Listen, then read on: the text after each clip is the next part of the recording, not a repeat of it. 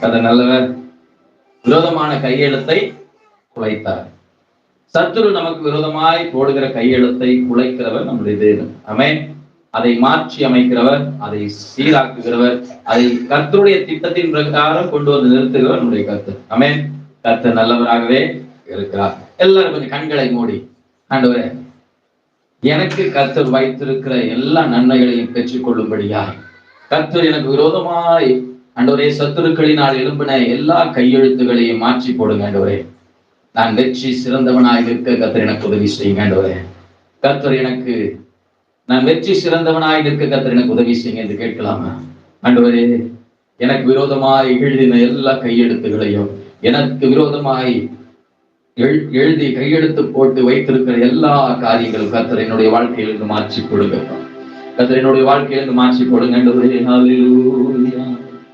வெற்றி சிறந்தாரே இயேசு, வெற்றி சிறந்தாரே, வெற்றி சிறந்தாரே இயேசு, வெற்றி சிறந்தாரே,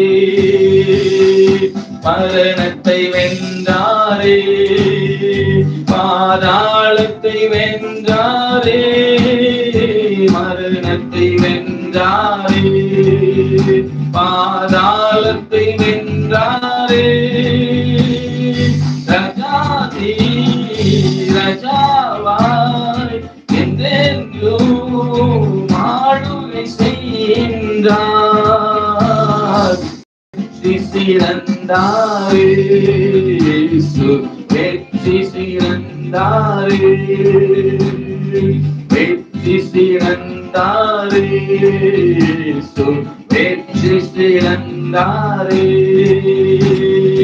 நீதிமான் எங்குடாகத்து ரட்சிப்பின் கம்பீர சத்தம், கர்த்தரின் வலது கரம் பராக்கிரமங்கள் செய்யோ, நீதிமான் எங்குடாகத்து ரட்சிப்பின் கம்பீர சத்தம், கர்த்தரின் வலது கரம் பராக்கிரமங்கள் செய்யோ, மிகவும் உயர்ந்துள்ளது பராக்கிரமம் செய்கின்றது, மிகவும் உயர்ந்துள்ளது பராக்கிரமம் செய்கின்றது, வெற்றி சிறந்தாரே இயேசு, வெற்றி சிறந்தாரே,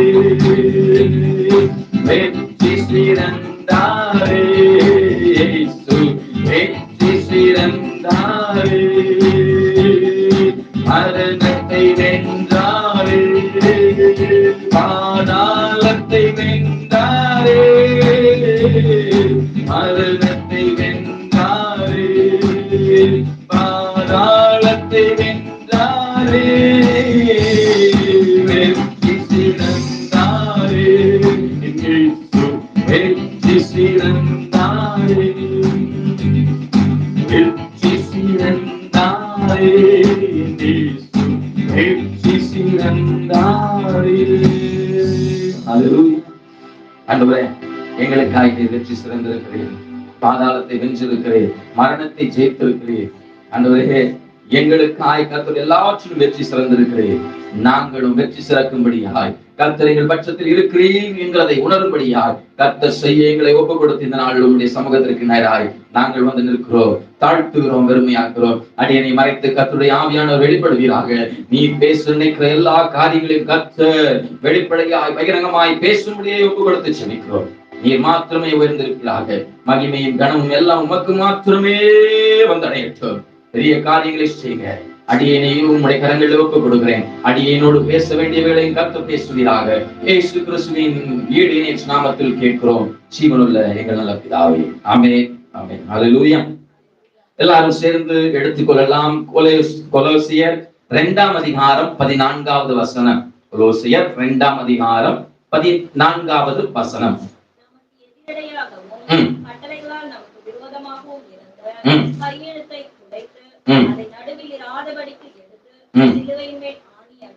ஆமென்.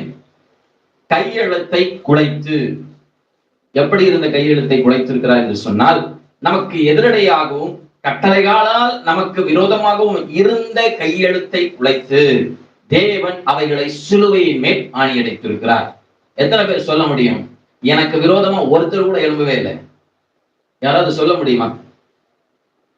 தம்பி கையை தூக்குறத நான் தூக்கிடுவோம் உங்களுக்கு.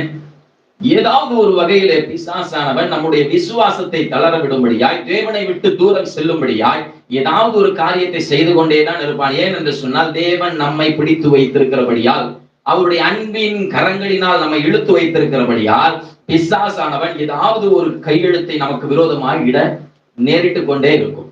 யாரையாவது ஒருவரை எழுப்பிக் கொண்டே இருப்பார். பரிசுத்தவான்களுடைய வாழ்க்கையில பார்க்கும் போது யாரையாவது ஒருவரை எழுப்பி தேவ திட்டம் நிறைவேறக்கூடாதபடிக்கு இயேசு வெளிப்படுகிற நாள் வரையிலும் கூட அப்படிதான் நடந்து கொண்டே இருந்தது. ஆமென். இயேசுவே வெளிப்படக்கூடாது என்று சொல்லி அவ்வளவு தூரம் போராடினான். ஸ்திரீயின் வித்து வெளிப்படக்கூடாது என்று சொல்லி சர்ப்பத்தின் வித்தாகிய பிசாசானவன் தந்திரமாய் செயல்பட்டு கொண்டே இருந்தான்.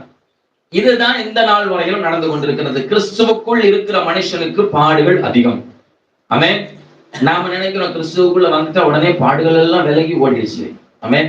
கடந்த 2 வாரத்துக்கு முன்பதாக நினைக்கிறேன், கடந்த வாரத்துக்கு முதலாம் வாரம் ஒரு சபையிலே செய்தி கொடுத்து கொண்டிருக்கும் போது கர்த்தருடைய ஆவியானவர் பேசுவதுதான், கிறிஸ்துவுக்குள் வந்த எனக்கு ஏன் பாடு, ஏன் உபத்திரவம், நான் ஏன் இதை தொடர்ந்து சுமந்து கொண்டே செல்ல வேண்டும் என்கிற எண்ணங்கள் எல்லாம் நிறைய பேருக்கு உண்டு. ஆமென். அதை அந்த நாளிலே விளக்கத்தை கர்த்தர் கொடுத்திருக்கிறார். ஆமென். கர்த்தருக்குள் உண்மையா இருக்கிற மனுஷனுக்கு பாடுகளும் உபத்திரவங்களும் உண்டு. ஆமென். சரி, ஒரு ரகசியத்தை சொல்லி கொடுத்து விட்டு நான் செய்திக்கு நேராய் செல்ல விரும்புகிறேன். நம்முடைய பலன் எங்க இருக்கு தெரியுமா? எங்க இருக்கு? எத்தனை பேர் கையில இருக்குன்னு நினைக்கிறீங்க? சரி, எத்தனை பேர் தலையில இருக்குன்னு நினைக்கிறீங்க? சரி, எத்தனை பேர் முழங்கால இருக்குன்னு நினைக்கிறீங்க? முழங்கால இருக்கா? அதுவும் தெரியல. என் பலன் எங்க இருக்குன்னு எனக்கே தெரியல. சிம்சோனுடைய பலன் எங்க இருந்துச்சு? நமக்கு கர்த்தர் பலனை வச்சிருக்கிற முழங்கால். ஆமென். இன்னைக்கு நிறைய பேருக்கு முழங்கால் படிக்கிடக்கூடாதபடிக்கு பலவீனம் இருக்கு. கர்த்தர் நாள்ல முழங்கால்ல இருக்கிற பலன் எப்படிப்பட்ட ஜெயத்தை கொடுக்கும், எப்படிப்பட்ட காரியத்தை, எப்படிப்பட்ட கையெழுத்தை மாற்றும் என்ற வார்த்தையை கர்த்தர் கொடுக்க போகிறார். ஆமென். முழங்கால்ல பலன் உண்டு. நாங்க அலரி விளையாட்டுல எல்லாம் ஒரு மனுஷன் நிலகுலைய பண்றதுக்கு பாஸ்டர் தெரியும், முட்டி எடுத்து உருட்டிடுச்சா மனுஷனுடைய மொத்த ஸ்ட்ரக்சர் ஆடிடும். ஆமென். நம்ம சாதாரண இந்த இடத்த வச்சு ஒரு மனுஷனுக்கு கொடுக்கறத விட முட்டி வச்சு இடிக்கிடுச்சுன்னா மொத்த உடம்பும் நடிக்கும். ஆமென். அவனுடைய அவ்வளவு திடகாத்திரமான ஆளா இருந்தவன் ஒரு இடி இடிச்சா என்ன ஆயிடும்? அவன் மொத்தமா நில குலைஞ்சுப்பான். பிசாசுடைய எல்லா வல்லமைகளையும் தகர்க்க பண்றதுக்கும் அவனை நிலைகுலைய பண்ணுகிறதுக்குமான பலன் நம்முடைய முழங்கால இருக்குன்னு அவனுக்கு தெரியும். ஆமென். மாம்ச ரீதியா எப்படியும் ஆவிக்குரிய ரீதியா நிறுவனம். ஆமென். நம்ம முட்டி போட்டா கண்டிப்பா ஜெயம் கிடைக்கும், கர்த்தர் அதை மாற்றி எழுதுவார் என்கிறது பிசாசுக்கு நன்றாகவே தெரியும். ஆமென். அதனாலதான் இன்னைக்கு எல்லாருக்கும் முழங்கால பிரச்சனை. வயசு பசங்க கூட முழங்கால பெரிய பிரச்சனை. இல்ல கேட்டா எனக்கு அந்த வெயிட் கூடி போச்சா? அந்த நாட்டில் நாங்கள் ஒன்றாய் சேர்ந்து ஜெபிக்கும் போது பழைய நிலைமைக்கு அந்த ஆக்சிடென்ட் இடுப்புல அடிப்பட்டதுக்கு அப்புறம் எங்க முழங்கால ரொம்ப நேரம் நிக்க முடியாது, போராடி நின்னோம். ஆமென். அந்த பாஸ்டர் முடியல உட்காந்துருங்க, கேர் ஆயிடுச்சு. ஆகிலும் நின்றோம். ஏனென்றால் எங்களுக்கு தெரியும் முழங்கால் கர்த்தருடைய வல்லமை உண்டு. ஆமென். நாம் முழங்கால் படியிட்டு ஒரு காரியத்தை கேட்கிறோம் என்று சொன்னால் கர்த்தர் நிச்சயம் நிறைவேற்றி தீர்வார். ஆமென். ஒரு மனுஷனுடைய முழு சரீரத்தையும் அதிர பண்ணுகிற அளவுக்கு முழங்காலுக்கு பலன் உண்டு சொன்னால், நம்முடைய முழங்காலுக்கு ஆவிக்குரிய அர்த்தத்தின் பிரகாரம் பிசாசினுடைய கோட்டைகளை, பிசாசினுடைய வல்லமைகளை தகர்க்கக்கூடிய பலன் முழங்காலிலே இருக்கிறது. ஆமென். அதுதான் கையெழுத்தை அழைக்கும், கையெழுத்தை சீர்குலைக்கும். ஆமென். இதை குலைத்து போடக்கூடிய வல்லமை எங்க இருக்குதுன்னு சொன்னால் முழங்காலிலே இருக்கு. இப்ப இருக்கிற ஸ்பெல்லிங் மிஸ்டேக் அதுல இருக்கு. ஆமென். இதுல இல்ல, இதுல இருக்கிறது பார்த்து அடிச்சோம். சரி, கர்த்தர். ஆமென். அப்போ கர்த்தர் நமக்கு விரோதமாய் எழுதப்பட்ட அந்த கையெழுத்தை குலைத்து போட வேண்டும் என்று சொன்னால் முழங்கால் படியிட வேண்டும். நாம் எல்லாரும் திருப்பிக் கொள்ளலாம். தானியேலின் புஸ்தகம் 6ஆம் அதிகாரம் 8வது வசனத்தையும் 9வது வசனத்தையும் வாசிக்க கேட்கலாம்.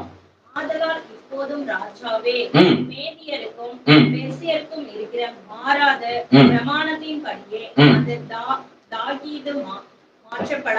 தாகீது மாற்றப்படாதபடி நீர் அதை கட்டளையிட்டு அதற்கு கையெழுத்து வைக்க வேண்டும் என்றார்கள். அப்படியே ராஜாவாகிய தாரியு அந்த கட்டளைகளை பத்திரத்துக்கு கையெழுத்து வைத்தான்.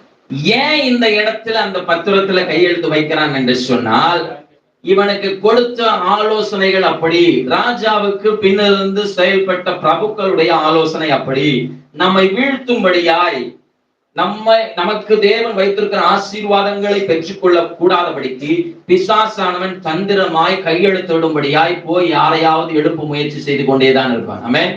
இந்த இடத்துல தானியேலை குறித்து நாம் வாசிப்போம் என்று சொன்னால், தானியேல் உண்மையுள்ள மனுஷன். எந்த காரியத்துல என்று சொன்னால், முதலாவது தேவனை தேடுகிற காரியத்துல. ஆமென். எது இருந்தாலும் இல்லைனாலும், என்ன வந்தாலும் வரலனாலும் சரி, நான் ஆண்டவரை தேடுகிறத நான் முழு இருதயத்தோடு தேடுவேன். நான் சொன்ன பிரகாரம் 3 வேளையும் தொடர்ந்து தேவனை ஆராதிப்பேன், அவருடைய நாமத்தை மகிமைப்படுத்துவேன் என்று தானியேல் உறுதியா இருந்தபடினாலே அவனுடைய சத்துருக்கள் எப்படி திரும்புறாங்க என்று சொன்னா, அவன் முழங்கால உடைக்கும்படியாய், அவனுக்கு விரோதமாய் ஒரு கையெழுத்தை இடும்படியாய் புறப்பட்டு சொல்லுகிறார்கள். ஆமென். இந்த இடத்துல அவனுக்கு விரோதமாய் எழும்பின அந்த வல்லமை எப்படிப்பட்டதா இருந்துச்சுன்னு சொன்னா, நேரடியாக ராஜாவிடத்திலே போகிறது.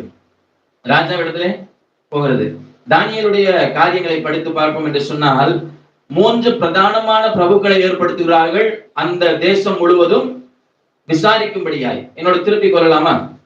1ஆம் அதிகாரம் 1ஆம் வசனத்தை எடுக்கலாம். யூதாவின் ராஜாவாகிய யோயாக்கீம் அரசாண்ட 3ஆம் வருஷத்திலே பாபிலோனின் ராஜாவாகிய நேபுகாத்நேச்சார் எருசலேமுக்கு வந்து அதை முற்றுகை போட்டான். அப்பொழுது ஆண்டவர் யூதாவின் ராஜாவாகிய யோயாக்கீமையும் தேவனுடைய ஆலயத்தின் பாத்திரங்களில் சிலவற்றையும் அவன் கையில் ஒப்புக் கொடுத்தார். அவன் அந்த பாத்திரங்களை சினேயா தேசத்தில் உள்ள தன் தேவனுடைய கோவிலுக்கு கொண்டு போய் அவைகளை தன் தேவனுடைய பண்டசாலைக்குள் வைத்தான். அப்பொழுது இஸ்ரவேல் புத்திரருக்குள்ளே ராஜகுலத்தாரிலும் துறை மக்களிலும் யாதொரு மாசும் இல்லாதவர்களும் அழகானவர்களும் சகல ஞானத்திலும் தேறினவர்களும் அறிவில் சிறந்தவர்களும் கல்வியில் நிபுணரும் ராஜாவின் அரண்மனையிலே சேவிக்க திறமையுள்ளவர்களும் ஆகிய சில வாலிபரை கொண்டு வரவும், அவர்களுக்கு கல்தேயரின் எழுத்தையும் பாஷையையும் கற்றுக் கொடுக்கவும் ராஜா தன் பிரதானிகளின் தலைவனாகிய அஸ்பேனாசுக்கு கற்பித்தான். ராஜா தான் உண்ணும் போஜனத்திலேயும் தான் குடிக்கும் திராட்சரசத்திலேயும் தினம் ஒரு பங்கை அவர்களுக்கு நியமித்து அவர்களை 3 வருஷம் வளர்க்கவும், அதன் முடிவிலே அவர்கள் ராஜாவுக்கு முன்பாக நிற்கவும் செய்யவும் கட்டளையிட்டான். இந்த வசனத்துல பார்க்கும்போது தானியேலுக்கு எல்லா காரியங்களையும் யார் செய்றா? ராஜா. ஏன் என்று சொன்னால், விசேஷித்த ஆவி உடையவர்களாய், விசேஷமானவர்களாய் யாரை தெரிந்து கொண்டு வந்திருக்கிறார்களோ அவர்களுக்கு எல்லா காரியங்களையும் செய்கிறார். எல்லாவற்றையும் அந்த இடத்துல அவனுக்கு கொடுக்கப்படுகிறது. ஆனா இது எல்லாவற்றையும் தானியேல் என்ன பண்ற? இதெல்லாம் எனக்கு வேண்டாம், நீ வைக்கிற கறி மீன் எல்லாம் எனக்கு வேண்டாம், நான் என்ன சாப்பிட போறேன்? கீரையும் பருப்பும் போதும், காய்கறிகள் போதும் அப்படின்னு எல்லாவற்றையும் அதன் மேலே வைத்திருக்கிற எந்த காரியத்தினாலும் தன்னை தீட்டுப்படுத்தாதபடிக்கு தானியேல் எச்சரிக்கையா இருந்தார். ஆமென். எல்லாவற்றிலிருந்து தன்னை விலக்கி பாதுகாத்து கொண்டு தேவனோடு ஐக்கியப்பட்டு கொண்டிருந்த தானியேலுக்கு வருகிற சோதனை மோசமான ஒரு சூழ்நிலை. ஆமென். அவர் எப்பொழுதுமே தேவனோடு சஞ்சரித்துக் கொண்டிருக்கிற ஒரு அனுபவத்தை பெற்றவராய் இருந்தார். தானியேலை குறித்து சொல்ல வேண்டும் என்று சொன்னால், அவன் இருக்கிற நாட்களிலே அதிக ஞானம் உள்ளவராய் காணப்பட்டார். ஆமென். அதிக ஞானம் உள்ளவராய். பிரதானிகள் 3 பேரை ஏற்படுத்துகிறார். அதிலே தானியேலும் ஒருவர். ஆமென். அந்த விசேஷித்த ஆவி 6ஆம் அதிகாரம் 3ஆம் வசனத்தை வாசிப்போம் என்று சொன்னால் தெரியும்.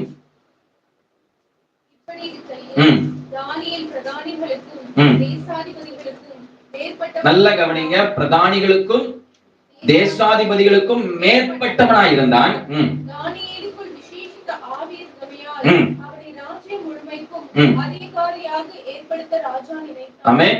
ராஜ்யம் முழுமைக்கும் இந்த இடத்துல இருக்க நம்ம முன்னாடி இருக்கிற காரியங்களை வாசிச்சு பார்ப்போம். 127 நாடுகளை இந்த அரசன் அரசாண்டு இருக்கிறான். இந்து தேசம் முதல் எத்தியோப்பியா வரை. இந்து தேசம் என்று சொன்னால் இந்தியா டு எத்தியோப்பியா வரைக்கும். இதுவரையிலும் இந்த ராஜா ராஜ்யபாரம் பண்ணியிருக்கான். 127 நாடுகளை ஒரே அரசன் ஆண்டு இருக்கிறான். இதெல்லாம் ஒரே ஆளுக பண்ண என்ன பண்ண முடியாது, கண்ட்ரோல் பண்ணி கொண்டு போக முடியாது. அப்ப அது கீழே தேவையான அதிகாரிகள் வேணும். அதற்கு எல்லாவற்றுக்கும் பிரதானியா யார் இருக்கிறார்? தானியேல் இருக்கிறார். அப்ப எப்படிப்பட்ட விசேஷித்த ஆவி உடையவனா இருக்கிறார்? எப்படி ராஜா அவரை பார்த்திருப்பார் இல்லையா? அவன் உண்மையிலே நல்ல மனுஷன், தெளிவுள்ள மனுஷன், ஞானமுள்ள மனுஷன் தான். அப்படி இருந்தா மட்டும் தான் எங்க உட்கார வைப்பாரு? அருகாமையில நியாயம் விசாரிக்கும்படி இத்தனை பேரை மெயின்டைன். அதுல இருக்கிற விஷயம் என்னன்னு சொன்னா, பிரதானிகளுக்கும் தேசாதிபதிகளுக்கும், ராஜாவுடைய ஸ்தானத்துல அது அருகாமையில உட்காருகிற பிரதானிகளுக்கும் தேசாதிபதிகளுக்கும் அவங்க மத்தியில இவர் உயர்ந்தவராய் காணப்படுகிறார். அப்பேற்பட்ட ஒரு நல்ல மனுஷனாய் இருந்த தானியேலுக்கு வந்த சூழ்நிலையை பார்ப்போம் என்று சொன்னால், 6ஆம் அதிகாரம் 4வது வசனத்தையும் 5வது வசனத்தையும் வாசிக்க கேட்கலாம்.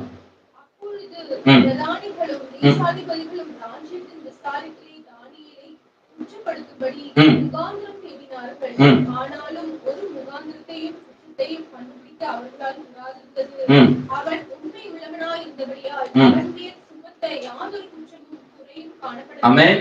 இவர் கர்த்தரோடு இருந்தது நிமித்தமாய், தேவனோடு இவர் கூட இருந்தது நிமித்தமாய் இவங்களுக்கு முகாந்திரம் தேடியும் காண முடியல. ஆனா எங்க பிடிக்கிறாங்க பாருங்க. அடுத்த வசனம் வாசி கேட்கலாம். அப்பொழுது அந்த மனுஷர் நாம் இந்த தானியேலை அவருடைய தேவனை பற்றிய வேத விஷயத்திலே குற்றப்படுத்தும் முகாந்திரத்தை கண்டுபிடித்தால் ஒழிய அவனை வேறொன்றிலும் குற்றப்படுத்தும் முகாந்திரத்தை கண்டுபிடிக்க கூடாது. ஆமென். நல்லா தெரியும், நீ ஆவிக்குரிய ரீதியாய் ஆண்டவரோடு ஐக்கியப்பட்டு வளர்ந்து கொண்டிருக்கிறாய் என்று சொன்னால் அதை வச்சுதான் பிடிப்பான். உன் சத்தியம் சரியில்லை, நீ சரியில்லை, இப்படிதான் வருவான். ஆமென். பிசாசு தந்திரமாய் இப்படிதான் வருவான். நான் கடந்த நாட்களில் ஒரு சில காரியங்களை பேஸ் பண்ணிட்டு வந்த ஆண்டவர் என்னோடு பேசின காரியங்கள் தான். சத்தியத்தை பகிரங்கமாய் பேசுகிற நிமித்தமாய் நிந்திக்கப்படக்கூடிய சூழ்நிலைகள் வரும்போது ஆண்டவர் என்னோடு பேசின காரியம் இதுதான். தானியேல் விசேஷித்த ஆவியுடைய, அவருக்கே நிலைமை அப்படின்னு சொன்னா, நமக்கெல்லாம் தேவனோடு அதிகமாய் சஞ்சரித்துக் கொண்டிருந்த மனுஷன். ஆமென். அப்படி இருந்த அந்த மனுஷனுக்கு அப்படிப்பட்ட சூழ்நிலை. இவன் எங்க பிடிக்கலாம் அப்படின்னு பிளான் பண்றாங்க என்று சொன்னால், தேவனை பற்றிய வேத விஷயத்திலே குற்றப்படுத்தும் முகாந்திரத்தை கண்டுபிடித்தால் ஒழிய அவனை வேறு ஒன்றிலும் குற்றப்படுத்தும் முகாந்திரத்தை கண்டுபிடிக்க கூடாது என்றார்கள். ஆமென். வேற எதிரையும் அவனை பிடிக்க முடியாது. வேத விஷயத்துல எங்கேயாவது லீக் ஆகுவான். ஆமென். இவன் அதை வச்சுதான் லாக் பண்ணும். ஆண்டவரோட ஐக்கியப்பட்டு நடந்துட்டு இருக்கும் போது நம்மளை சுத்தி இருக்கிற கண்கள் நம்மளை வீழ்த்தும்படியா, ஆண்டவரோடு ஐக்கியப்படுகிற அந்த சூழல்ல வருகிற வீழ்ச்சி இல்ல ஏதாவது ஒரு இடையூறுகளை வைத்து டார்கெட் பண்ணி தூக்கி நிப்பாயிடும். ஆமென். அந்த இடத்தை டார்கெட் பண்ணிடுவாங்க. அதுக்கப்புறம் நம்மளால என்ன பண்ண முடியாது? ஜெபிக்க முடியாது, வேதம் வாசிக்க முடியாது, தேவனோட ஐக்கியப்படவே முடியாது. தூரம் போயிடுவோம், தேவனை விட்டு நல்ல தூரத்துல போயிடுவோம். நாம நினைக்கிற எந்த காரியம் அதுக்கப்புறம் ஆண்டவரோடு எப்படியாவது ஐக்கியப்பட வேண்டும் என்று நினைத்தால் கூட அது சிந்தை கெட்டவே எட்டாது. தானியேல் இந்த சூழலை மேற்கொண்டிருக்கிறார். எப்படி என்று பார்க்கலாமே. 6ஆம் அதிகாரம் 10வது வசனத்திலிருந்து. தானியேலோ வென்றால் அந்த பத்திரத்துக்கு கையெழுத்து வைக்கப்பட்டது என்று அறிந்த போதிலும் தன் வீட்டுக்குள்ளே போய் தன் மேல் அறையிலே எருசலேமுக்கு நேராக பலகணிகள் திறந்திருக்க அங்கே தான் முன் செய்து வந்தபடியே தினம் 3 வேளையும் தன் தேவனுக்கு முன்பாக முழங்கால் படியிட்டு ஜெபம் பண்ணி ஸ்தோத்திரம் செலுத்தினான். நல்ல கவனிங்க, முழங்கால் படியிட்டு. ஆமென். முழங்கால் படிட்டு ராஜா கையெழுத்து போட்டுட்டாருன்னு தெரிஞ்சா கூட தானியேல் போய் அவர் செய்து வந்த பிரகாரமே முழங்கால் படியிடுகிறார். ஆமென். முன் செய்த பிரகாரம் 3 வேளையும் முழங்கால் படியிட்டு ஜெபித்தார் என்று தான் வேதவசனம் சொல்கிறது. ஐயோ, ஒளிந்து கொண்டு மூலையில போய் படுத்துட்டு ஜெபம் பண்றேன், இவங்க பார்த்துருவாங்க, இவங்க பார்த்தா என்னை இப்படி நினைச்சிருவாங்கன்னு தானியேல் செய்து வந்த பிரகாரமே மறுபடியும் செய்ய ஆரம்பித்திருக்கிறார். 3 வேளையும் பலகணிகளை துறந்து எருசலேமுக்கு நேராய் தன்னுடைய முழங்காலை முடக்கி ஜெபிக்க ஆரம்பித்தார். அந்த முழங்காலின் வல்லமை தான் தேவன் அவரை பாதுகாக்க வல்லமை உள்ளதாயிருந்தது. ஆமென். கர்த்தர் நம்முடைய முழங்கால் முடங்கும் போது அப்படியே செய்வார். ஆமென். நம்ம நினைக்கிறோம், சாதாரணமா நினைக்கிற முழங்கால் முடக்குறத ஒரு காரியத்தை நம்ம யாரும் இன்னைக்கு அதை பண்றதே இல்லை. வீட்டுல கூட சரி, தனியா இருந்தா கூட சரி, படுத்துக்கிட்டு ஜெபம் பண்ணுவோம், இல்லைன்னா சேர்ல உட்காந்து காலை தூக்கி மேல வச்சுட்டு ஜெபம் பண்ணுவோம். தயவு செஞ்சு சொல்றேன், உட்காந்தா ஒரு வேலை முடியலன்னு சேர்ல உட்காந்தா காலை தரையில படுற மாதிரி வைங்க. காலை தூக்கி மேல வச்சுட்டு ஜெபம் போடுவாரு. ஆமென். நிறைய பேருக்கு அந்த பழக்கம், அதனால பலவீனங்கள் போகல. காலை தரையில படுறோம். வயசானவர்கள், ரொம்ப முடியாதவர்கள் கால் தரையில இருக்கணும். ஆமென். தூக்கி வச்சுட்டு ஜெபம் பண்ணக்கூடாது. ஆமென். இதெல்லாம் ஜபங்கள்ல இருக்கிற ஒரு சில ரகசியங்கள் நம்ம தெரியாம ஏதோ அசால்ட்டா பண்றது உண்டு. அதே மாதிரி பலன் கொஞ்சம் இருந்தா கூட பரவாயில்ல. ரொம்ப முடியல, படுத்த படுக்கையான வேற விஷயம். கொஞ்சம் இருந்தா கூட முடிஞ்ச அளவுக்கு முட்டி போட ட்ரை பண்ண. நான் இடையில நான் சொன்ன இன்சிடென்ட் ஆன பிறகு நான் முழங்கால் படி எப்படி இட ஆரம்பிச்சேன் அப்படின்னு சொன்னா, 2 சேரை பிடிச்சிட்டு முடி போட்டு அப்படியே பிடிச்சிருக்கேன். என்னால நிக்க முடியாம. இப்போ போக போக போக ஆண்டு நிக்க பலன் தரேன். ஆமே. நான் கடந்த நாட்களில் கிருபாசனம் சபையில நான் பேச மெசேஜுக்காய் செய்திக்காய் கடந்து சென்ற போது அங்க இருக்கிற தெய்வ ஊழியர் ஒரு காரியத்தை அந்த சபை விசுவாசிகளை குறித்து சொன்னார். 8 மாதம் ஒரு தாயார் கீழே இருந்து மாடிக்கு ஏறி வர முடியாது. 8 மாதம் கீழே இருந்து மேல ஏறி வர முடியாது. அதையும் மீறி தட்டி தட்டி மாதிரி எடுத்து வந்தாங்க. அப்போடு பாஸ்டர் சொன்னாரா, ட்ரீட்மெண்ட்லாம் வேண்டாம், முட்டி போட்டு ஜோம்னு சரியாயிடும். அந்த தாயார் நான் கடந்து சென்ற அன்னைக்கு முட்டி போட்டு நின்று ஜோம் பண்றாங்க. அவர் அதை சாட்சியை சொன்னார். சொன்ன வார்த்தையை கீழ்ப்படிஞ்சாங்க. இன்னைக்கு முழங்கால் கீழே இருந்து மேல ஏறி விட முடியாத ஒரு அம்மா இன்னைக்கு முட்டி போட்டு ஜோம் பண்ணது நேரு முழங்கால். ஆமென். பலன் இல்லாதவனுக்கு பலன் கொடுக்க வல்லமை உள்ளது இந்த முழங்கால். ஆமென். நமக்கு எதிரடையாய் நிற்கிற எல்லா கையெழுத்துகளையும் அழித்து போடுகிறது இந்த முழங்கால், குலைத்து போடுகிறது இந்த முழங்கால். இது தேவனால் நமக்கு கொடுக்கப்பட்டிருக்க விசேஷித்த ஆவி. ஆமென். தானியேலோடு இருந்து விசேஷித்த ஆவி அதுதான், முழங்கால்ல நிக்கிற ஆவி. ஆமென். எதையும் முழங்கால்னால் ஜெயிக்கக்கூடிய ஒரு நல்ல ஆவி. ஆமென். நமக்கு அந்த ஆவியோட தான் இன்னைக்கு போகணும். இனி முழங்காலினால் நமக்கு எதிரடையாய் வருகிற எல்லா பிரச்சனைகளையும் நாம் முன்னாடி நின்று முட்டி போட்டு நின்று செபிச்சு அதை மேற்கொள்ள வேணும் என்கிற எண்ணத்தோடு செயல்பட ஆரம்பிக்கணும். எல்லாத்துக்கும் பாஸ்டரையா வந்தாதான் சுகம் கிடைக்கும். ஆமென். நம்முடைய முழங்கால் என்ன செய்யுது? பாஸ்டர் அவசியம், பாஸ்டர் அவசியம், பாஸ்டர் அவசியம். ஆனாலும் நம்முடைய முழங்கால் முடங்கணும். நான் விசுவாசத்தோடு ஜெபிக்கிறேன். என்னுடைய சபை எனக்கு இதை கற்றுக் கொடுத்திருக்கிறது. என்னுடைய சபை மேய்ப்பர்கள் எனக்கு இதை கற்றுக் கொடுத்திருக்கிறார்கள். என்னுடைய விசுவாசமே உலகத்தை ஜெயிக்கிற ஜெயம் என்று சொல்லி இருக்கிறார்கள்.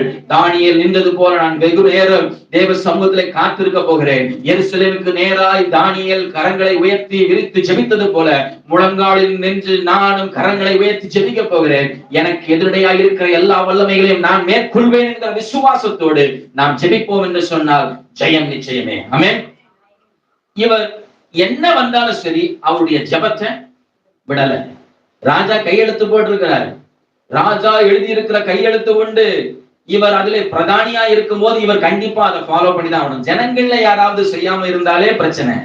ஆனா இவர் பிரதானிகளுக்கெல்லாம் பிரதானியா இருக்கும் போது இவர் நிச்சயம் இது செய்தே ஆக வேண்டிய சூழலில் இருக்கும் போது கூட ராஜா எழுதின கையெழுத்தை காட்டிலும் என் தேவன் எனக்கு கொடுத்திருக்கிற இந்த ஜீவன், இந்த ஆத்துமா விலையேற பெற்றது என்கிறதை உணர்ந்தவராய், தேவ திட்டத்தை நிறைவேற்றும்படியாய், தேவனுடைய சித்தம் நிறைவேற்றும்படியாய், தேவனிடத்திலிருந்து பெற்றுக்கொண்ட கட்டளையை நிறைவேற்றும்படியாய் நேராய் எருசலேமுக்கு நேராய் பலகணிகளை திறக்கிறார். ஆமென். அதன் நிமித்தமாய் கர்த்தர் அவரை ஆசீர்வதிக்கிறார். ஆமென். அடுத்த வசனத்தை கூட வாசிக்கலாம். 13வது வசனத்தை வாசிக்க கேட்கலாமே. அப்பொழுது அவர்கள் ராஜாவை நோக்கி, சிறைபிடிக்கப்பட்ட யூதேயா தேசத்தின் புத்திரரில் தானியேல் என்பவன் உண்மையும் கையெழுத்து வைத்துக் கொடுத்த கட்டளையையும் மதியாமல் தினம் 3 வேளையும் தான் பண்ணும் விண்ணப்பத்தை பண்ணுகிறான் என்றார்கள். ஆமென். ஜெபத்தை தடுக்க முயற்சி செய்கிற ஆவிகள். ஆமென். எப்படி? நீங்க கையெழுத்து போட்டு கொடுத்துட்டீங்க, அதை மீறி அவன் என்ன செய்யறான்? 3 வேளையும் அவன் ஜெபிக்கிறான். நாம் ஜெபிக்கும் போது இடையூறாய் வரும். செல்போன்ல சவுண்டு வரும். ஆமென். நாம் ஜெபிக்கும் போது தேவ சித்தத்தை செய்ய முடியாதபடிக்கு தடை செய்வதற்காக சிந்தையிலே ஒரு சில கிரியைகள் செயல்படும். மாம்ச ரீதியாய் ஒரு சிலர் வந்து தடை பண்ணுவார்கள். எனக்கு இப்பதான் இது செஞ்சு ஆகணும்னு சொல்லுவாங்க. ஆமென். நம்ம தேவனோடு இருக்கும் போதுதான் வரும். தானியேலுக்கு வந்துச்சு. தானியேலுக்கு எப்படி வந்துச்சு? தடை செய்யும்படி ஆகி. நமக்கெல்லாம் ஒண்ணும் இல்லை, வீட்டுல இருக்கிற ஆள் தான் தடை செய்ய வருவாங்க. அப்படித்தானே? நமக்கு வந்து அப்படிதான் வருவாங்க இல்லவா? நான் ஜெபிக்கிறதே இல்லை, நான் எங்க நான் சொல்றது இல்ல. நம்ம முழங்கால் படிக்கிட்டு ஜெபிக்க ஆரம்பிச்ச உடனே வந்து முதல்ல யார் வந்துருப்பா? வீட்டுல யாராவது ஒருத்தர் இதை செஞ்சுட்டு அப்புறம் உட்காரலாம். நம்ம அப்படி செயல்படும் போது, அதை மீறியும் நாம் செயல்படும் போது உண்மையிலே கர்த்தருடைய வல்லமை விளங்கும். ஆமென். கர்த்தர் அதை செய்ய வல்லவராயிருக்க. நாம் அதை விட்டுறோம். அந்த போராட்டம் வந்த உடனே இந்த ஜெபத்தை தடுக்கக்கூடிய முயற்சி செய்கிற ஏதாவது ஒரு காரியம் உள்ளே பிரவேசித்த உடனே நம்ம ஜெபத்தை விட்டுட்டு அந்த ஆவி, ஜெபத்தை தடை செய்த ஆவி பின்னாடியே போயிடுவோம். நாம் எங்கே விசேஷித்த ஆவி உடையவர்களா இருக்க வேண்டும், எந்த இடத்துல நாம் இருக்க வேண்டும், அதெல்லாம் மறந்துட்டு விசேஷித்த ஆவி எந்த பக்கமா போயிடுது? தடை செய்கிற ஆவி பின்னாடியே போயிடுது. ஆமென். நம்ம அவங்க பின்னாடி இவங்களுக்கு இதை செஞ்சு கொடுத்துட்டு அப்புறம் நான் வந்து ஜெபத்துல உட்கார்ல நடக்காது. ஆமென். ஆண்டவர் ஒரு காரியத்தை நியமித்து உட்கார சொன்னா உட்கார்ந்து. ஆமென். ஆண்டவர் ஒரு ஸ்தானத்துல உட்கார சொல்லி உட்கார்ந்து இந்த காரியத்தை செய்ய செய்ய மாற்றி எழுத முயற்சி செய்யவே செய்யாது. நம் மேல் வைத்திருக்கிற தரிசனம் நிறைவேற வேண்டும் என்று சொன்னால், கர்த்தர் நமக்கு விரோதமாய் வருகிற கையெழுத்தை குலைத்து போட வேண்டும் என்று சொன்னால், முழங்காலிலே நிற்கிற அனுபவம், யார் தடை செய்தாலும், யார் எப்பேற்பட்ட கையெழுத்தை போட்டாலும் முழங்காலிலே நிற்கிற அனுபவம் இருந்தால் மட்டும்தான் கர்த்தர் கிரியை செய்ய வல்லவராய் இருக்கிறார். என்னோட சேர்ந்து வாசிக்கலாமே 14வது வசனம். ராஜா இந்த வார்த்தைகளை கேட்டபோது தண்ணீர் மிகவும் சஞ்சலப்பட்டு தானியேலை காப்பாற்றும் படுத்து அவன் பேரில் தன் மனதை வைத்து அவனை தப்புவிப்பதற்காக சூரியன் அஸ்தமிக்கும் மட்டும் பிரயாசப்பட்டுக் கொண்டிருந்தான். ஆமென். யாரு பிரயாசப்படுறா என்று சொன்னால் ராஜா. எப்படியாவது இந்த காரியத்தை கேள்விப்பட்டோம், இதுல இருந்து எப்படியாவது தப்பு வைக்கலாமா என்று சொல்லி ராஜா அதிகமாய் பிரயாசப்பட்டு கொண்டிருக்கிறார். எது வரைக்கும் என்று சொன்னால் சூரியன் அஸ்தமனம் ஆகிறது வரைக்கும். அந்த சூழ்நிலையில இருந்து அந்தகாரம் வருகிற வரைக்கும் யாரோ ஒருவர் நமக்காய் மன்றாடி கொண்டு இருக்கிறார். யாரோ ஒருவர் நமக்காய் பரிந்து பேசிக்கொண்டே இருக்கிறார். நமக்காய் மன்றாடி கொண்டிருக்கிற பரிந்து பேசுகிற யாரையோ ஒருவரை கர்த்தர் ஏற்படுத்தி இருக்கிறார். ஆமென். அந்த சபையில இருக்கிற போதகர்களா இருக்கலாம், சபையில் நம்மோடு இருக்கிற விசுவாசிகளா இருக்கலாம். நம்ம நினைக்கிறோம் சாதாரண யாரையோ ஒருவர் கர்த்தர் வைத்திருக்கிறார், மன்றாடி கொண்டே இருக்கிறார். ஆண்டவரே அவங்க விழுந்து போய்விடக்கூடாது, அவங்க இதை விட்டு பின்மாற்றமாய் போயிடக்கூடாது, ஆண்டவரே அவங்க தேவ ராஜ்யத்திற்கு வருகிற வரையில் நிலைத்து நிற்க வேண்டும் என்று சொல்லி யாரையோ ஒருவரை வைத்து பரிந்து பேசிக்கொண்டு பிரயாசப்பட்டு கொண்டுதான் இருக்கிறார்கள். நம்ம என்ன பண்ணுவோம், சர்ச்சைக்கு வாப்பா, டைமுக்கு வாப்பா, உள்ள வந்து உட்காருப்பா, ஆண்டவர் ஏதாவது பேசுவாருப்பா, அப்பதான் வரேன் இல்லையா, கர்த்தருடைய ஆலயத்துக்கு போவோம் வாருங்கள் என்று அவர்கள் எனக்கு சொன்ன போதே எப்படி இருந்தாலும் தூக்கத்தில் இருந்தா அப்பதான் எழுந்து சோம்பலா இருந்தாங்க. அப்படியா இருக்கிற வசனம். துரிதமாய் ஓடி வந்தார். ஆமென். இவரை கொண்டு உள்ள நம்மளுடைய பிரயாசங்கள்லாம் வீணா போகிறதுக்கு, நம்மை சுற்றி இருக்கிறவர்களுடைய ஜபங்கள் எல்லாம் வீணாய் போகிறதுக்கு காரணம் என்று சொன்னால் என்னவென்று சொன்னால், நாம் ஃபர்ஸ்ட் அதுல ஸ்டடியா இல்ல, நான் தேவனோடு ஐக்கியப்பட்டில்ல, நான் தேவனை விட்டு தூரமா இருக்கிறேன், எனக்காய் பிரயாசப்படுகிறோடைய பிரயாசம் வீண். ஆமென். கர்த்தர் பிரயாசப்பட்டாலும் அந்த பிரயாசம் வீணாய் போகிறது. தேவன் நமக்காய் இயேசு கிறிஸ்துவை ஆயத்தப்படுத்தி நமக்காய் பிரயாசப்படும்படியாய் அழைத்து அனுப்பி இருக்கிறார். பரிசுத்த ஆவியானவர் நமக்காய் பிரயாசப்பட்டு கொண்டே இருக்கிறார். இது எல்லாம் வீணாகிறதுக்கு காரணம் என்ன தெரியுமா? காத்திருக்க அந்த அனுபவம் இல்லை, தேவனோடு சஞ்சரிக்கிற அனுபவம் இல்லை. இரவும் பகலும் 3 வேளையும் தேவனோடு பேசிக் கொண்டிருந்த தானியேலை போல ஜெபாவி இல்லை, முழங்கால் படியிடுகிற அனுபவம் இல்லை. இதனால் தேவ ஆவியானவர் நம்மிலே செயல்பட வேண்டிய காரியங்கள், நமக்காய் பிரயாசப்பட வேண்டிய காரியங்கள், பரிந்து பேச வேண்டிய காரியங்கள் இயேசுவாலும் செய்ய முடியாமல் போகிறதுக்கு காரணமே நம்முடைய முழங்கால் தான். ஆமென். தேவனோடு ஐக்கியப்படுகிறதே இல்லை, ரொம்ப தூரம் போயிட்டோம். இன்னைக்கு நம்மளுக்கும் ஜெபத்துக்கும் எவ்வளவு தூரம்னு சொன்னா நம்மளே சொல்லிடுவோம், அது எங்கிட்டோ இருக்குப்பா. ஆமென். எங்கிட்டோ இருக்கு. உண்மையிலே செவ ஆவி உள்ளவர்களாக இருக்க வேண்டும். தானியேலுக்கு விசேஷித்த ஆவி அதுதான்.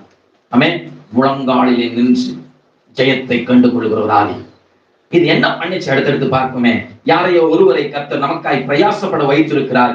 ராஜாவுடைய இருதயத்தை கர்த்தர் எப்படியாகிலும் தப்பிக்க முடியுமா என்று பிரயாசப்பட வைத்திருக்கிறார். ஆனால் அதுல ஒரு காரியம் நடக்கிறது. 16வது வசனத்தையும் 17வது வசனத்தையும் வாசிப்போமே. அப்பொழுது ராஜா கட்டளையிட அவர்கள் தானியேலை கொண்டு வந்து சிங்கங்களின் கெபியிலே போட்டார்கள்.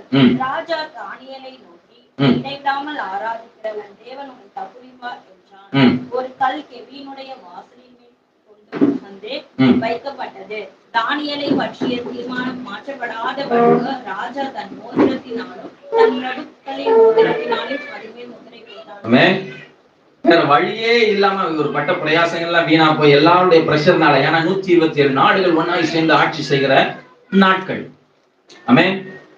இப்படிப்பட்ட ஒரு சூழல்ல இவர் பிரதானமா இருக்கிறபடியால் வேற என்ன பண்ணன்னு தெரியாம கொண்டு வந்து உள்ள போட்டாங்க. அந்த இடத்துல அந்த வசனத்துல போட்டிருக்கு, 14வது வசனத்துல அவனை சிங்கங்களின் என்ன போட்டிருக்கு, 16ல சிங்கங்களின் கெபியிலே. அப்ப அங்க எத்தனை இருந்திருக்கு? கவுண்ட்லெஸ். எண்ணிக்கைக்கு அடங்காமலும் இருந்திருக்கலாம். ஏனென்றால் அடுத்த வசனங்கள்ல நம்ம வாசிக்கும் போது இருக்கு, குடும்பத்தையே காலி பண்றவன் எத்தனை சிங்கம் இருக்கணும். குடும்பத்தை அவனை எவெல்லாம் வந்து சொன்னானோ அவனை அத்தனை பேரும் உள்ள தூக்கி போறான். மொத்த குடும்பத்தையே காலி பண்ணணும்னு சொன்னா அது கீழே தரைக்கு போறதுக்கு முன்னாடி காலி பண்ணிடுச்சு, நொறுக்கி போட்டதுன்னு சொல்லியிருக்கு. அப்ப எத்தனை சிங்கங்கள் இருந்திருக்கணும் நல்லா புரிஞ்சுக்கோங்க. முழங்கால் எத்தனை சிங்கங்கள் போன்ற பிரச்சனைகள் வந்தாலும் மேற்கொள்ள வல்லமை உள்ளது. ஆமென். மேற்கொள்ள வல்லமை உள்ள எத்தனை பிரச்சனை வந்தாலும் நம்ம உள்ள போனாலும் ஒண்ணுமே ஆகாது. ஆமென். இதுதான் முழங்கால இருக்கிற வல்லமை. தானியேல் கூட தேவன் இருந்ததுனால ஏதாவது ஒரு சிங்கமாவது எகிரி வந்திருக்கலாம்ல. ஆமென். பிரச்சனை நம்மளை எவ்வளவு சுத்தி சுத்தி எத்தனை சிங்கங்கள் கூட எத்தனை பிரச்சனைகள் சுத்தி இருந்தாலும் சரி, நம்மளை ஒண்ணு மேற்கொள்ளாது. ஆமென். நம்முடைய முழங்கால் மட்டும் தேவனுக்கு நேரால் முடங்கினால் போதும். கர்த்தர் ராஜாவுடைய கையெழுத்தை குலைத்து போட வல்லவராய் இருக்கிறார். ஆமென். இதையே மாற்றி எழுத முடியும். தானியேல் அந்த விசேஷித்த ஆவி இருந்தபடியாலே, அவர் போய் முழங்கால் படிட்டு ஜெபிக்கிறபடியாலே அந்த இடத்துல தேவ வல்லமை விளங்குறது. ஆமென். இவர் உள்ள போறதுக்கு முன்னாடி யார் உள்ள போயிருப்பா தெரியுமா? யார் போயிருப்பா? தேவ தூதர்கள் பிரவேசித்திருப்பார்கள்.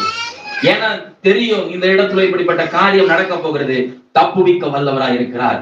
ராஜா சொல்றான், நீ இடைவிடாமல் ஆராதிக்கிற உன் தேவன் உன்னை தப்புவிக்க வல்லவர். ஆமென். நீ இடைவிடாமல் ஆராதிக்கிற தேவன். ராஜாக்குள்ளே அந்த விசுவாசம் வந்தது. தானியேலுக்கு தெரியும், ராஜாவே நீ போட்டு விடாதேயும் என்று தானியேல் சொல்லவே இல்லை. ஏனென்று சொன்னால், என்னை நடத்துகிற தேவனால் என்னை தப்புவிக்க கூடும் என்கிற விசுவாசம். ஏனென்றால் முழங்காலிலே அவர் தரித்திருந்தது நிமித்தமாய் பிரச்சனையை கண்டு அஞ்சவே இல்லை.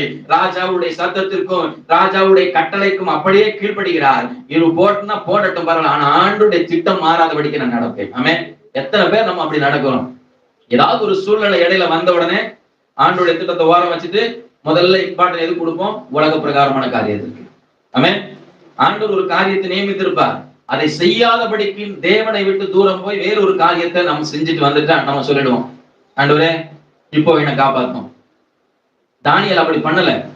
அந்த நேரத்தில் ஆண்டவரோடு செலவு செய்தது நிமித்தமாய் தான் அவர் அந்த கெபிக்குள் பிரவேசிக்கிறதுக்கு முன்பதாய், சிங்கங்களின் கெபிக்குள் பிரவேசிக்கிறதுக்கு முன்பதாய் தேவ தூதர்களை கொண்டு தேவன் சிங்கங்களுடைய வாய்களை கட்டி வைத்திருப்பார். ஆமென். இல்லைன்னா அதுக்கு இருக்கிற பசிக்கு அவர் உள்ள போறதுக்கு முன்னாடியே காலி பண்ணியிருக்கோம். ஏன் அடுத்த வசனங்கள்ல தான் இருக்கு, வாசிக்கலாமே. 18 வாசிச்சோம் இல்லையா? 18 வாசிக்கலாமே. பின்பு ராஜா தன் அரண்மனைக்கு போய் முழுவதும் போஜனம் பண்ணாமலும் கீதவாத்தியம் முதலானவைகளை தனக்கு முன்பாக வரவொட்டாமலும் இருந்தான். அவனுக்கு நித்திரையும் வராமல் போயிற்று. ஆமென். இந்த வசனத்துல ஒரு ரகசியம் இருக்கு. ராஜாக்களுடைய நித்திரை எப்படிப்பட்டதா இருக்கும் தெரியுமா? இன்பமா இருக்க வேண்டும். ஆமென். எப்பவுமே அதுக்கு அவங்களுக்குள்ள நான் தான் சொன்னேன், ஆராதிக்கும் போது எத்தனை பேருக்கு பாட்டு பிடிக்கும் நான் ஏன் கேட்டேன்? பாட்டு பிடிக்குமான்னு கேட்டேன்ல. எதுக்கு? நைட்டு நிறைய பேருக்கு என்னன்னா கொஞ்ச நேரம் பாட்டு கேட்டுட்டு படுத்தா நல்லா இருக்கும். யாராவது ஆராதிக்கிறத கேட்டுட்டு அந்த ஆராதிக்கிறத கேட்டுட்டு படுக்கிறத விட ஏதாவது ரீல்ஸ் பார்த்துட்டு படுக்கிறது ஒரு கேரக்டர் வந்துருச்சு. அது போயிட்டு இருக்கு ஒரு பக்கம். ஒரு சிலருக்கு இந்த பாட்டு கேட்டுட்டே ஏதாவது ஒரு சாங்ஸ் கேட்டுட்டே இருந்துட்டு நம்ம அப்படியே தூங்குறது பழக்கமாயிருக்கும். ராஜாக்களுடைய நாட்களிலே அப்படிப்பட்ட கலாச்சாரங்கள் உண்டு. கீத வாத்தியத்தின் சத்தத்தோடு அவர்கள் அயர்ந்த நித்திரைக்குள் போவார்கள். ஆமென். சுமூகமா டென்ஷனோடு அவங்க ரிலாக்ஸா போய் படுத்து தூங்க வேண்டிய அந்த ராஜா யாரையும் கிட்ட வரவில்லை. ஆமென். குழப்பம் வந்துருச்சு. நான் கையெழுத்து போட்டேன், இவன் இப்படி செயல்படுறான். இந்த குழப்பம் ராஜாக்கு அதிகமாயிடுச்சு. இதனால என்ன பண்றாருன்னா, யாரையும் போஜனமும் பண்ணல, சாப்பிடவும் இல்ல, கீத வாத்தியம் முதலானவைகள் தனக்கு முன்பாக வரவட்டாமல் இருந்தான். ஆமென். அவன் சும்மா இல்லாத மாதிரி நித்திரையும் வராமல் போயிடுச்சு. ராத்திரி ஃபுல்லா தூங்காம டென்ஷன்லயே சுத்திட்டு இருக்காரு. அதிகாலமே அடுத்து 19வது வசனத்தை வாசிக்க கேட்போமே. காலமே கிழக்கு வெளுக்கும் போது ராஜா எழுந்திருந்து தீவிரமாய் போனான். ஆமென். நாம உண்மையா இருந்தோம்னு சொன்னா யாரையாவது ஒருவரை கர்த்தர் தீவிரமா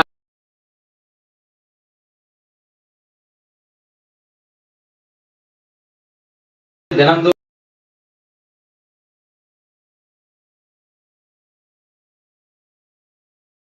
குலைக்கும்படியாய், மாற்றி எழுதும்படியாய், அதை அழித்து போடும்படியாய் தேவன் யாரையாவது ஒருவரை தீவிரமாய் நம்மிடத்துல வந்து சேர வல்லவராய் இருக்கிறார். கொண்டு சேர்ப்பார். ஆமென். நிச்சயம் கொண்டு சேர்ப்பார். தேவனே அந்த காரியத்திற்கு தீவிரமாய் இருக்கிறார். ராம் முழுவதும் ராஜாக்கு தூக்கம் வரல. கண்ணுக்கு நித்திரை வந்தாதானே படுத்து தூங்குறது. தூக்கமே வராமாக்கிட்டாரு. நமக்காய் கர்த்தர் செயல்படும் போது யாரையாவது ஒருவரை கொண்டு நம்முடைய நித்திரையை, அவனுடைய நித்திரையை கெடுத்து நம்மை விடுவிக்கும்படியே கர்த்தர் செயல்பட வல்லவராய் இருக்கிறார். ஆமென். ஊழியக்காரர்களுக்கு, ஊழியத்தின் பாதையில செயல்படுகிறவர்களுக்கு இது பிரதானமாயிருக்கும். நான் அப்பாவோட சேர்ந்து ஊழியத்தின் பாதையில போக ஆரம்பிச்சு ஒரு சில நாட்கள் அனுபவிச்சிருக்கேன். ஆமென். அனுபவிச்சிருக்கேன். எப்படிப்பட்ட காரியத்தை அனுபவிச்சு சொன்னா, அவங்க உள்ள வேதனையில இருக்கும்போது ராஜாக்கு தூக்கத்தை கெடுத்த மாதிரி ஊழியக்காரங்களை தூக்கத்தை கெடுத்து எழுப்பி விடுவாங்க. நாங்க எப்படி இருக்கணும்? நித்திரை இல்லாதவர்களுக்கா இல்லாம கண்ணு முடிச்சு ஜெபம் பண்ணிட்டே இருக்கணும். ஆண்டவரே அவர்களை பாதுகாத்துக் கொள்ளுங்க, பாதுகாத்துக் கொள்ளுங்க. காலையில முதல் போனோம், எப்படி இருக்கீங்க? இங்க ராஜா அதுதான் பண்றாரு. கிழக்கு வெளுக்கு முன்னமே ஓடி போகிறார். அந்த கரிசனை உள்ள உள்ளத்தை ராஜா படத்துல கொடுத்து ஓடி போக முடியாது செய்கிறார். ஆமென். நமக்காய் கர்த்தர் கரிசனை உள்ளவர்களை ஆயத்தப்படுத்தி இருக்கிறார். ஆமென்.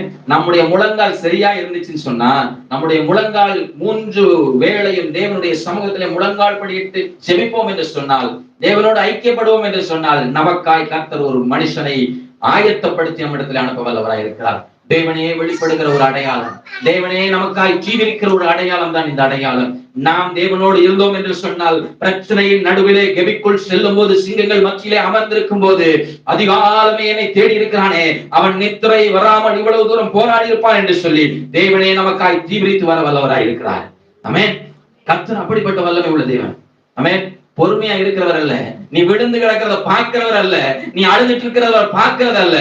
தேவன் தீவிரித்து வர வல்லவராய் இருக்கிறார். நீ ராம் முழுதும் அழுது இருக்கிற, ராம் முழுதும் ஒண்டியா இருந்திருக்கிற, உன்னை அப்படியே விட்டுறதுக்கு இல்ல, நான் உன்னை தூக்கும்படியாய் தீவிரித்து வர வல்லவராய் இருக்கிறேன். ஆமென். அந்த வல்லமை உள்ள தேவன் தான் நாம் ஆராய்த்துக் கொண்டிருக்கிறோம்.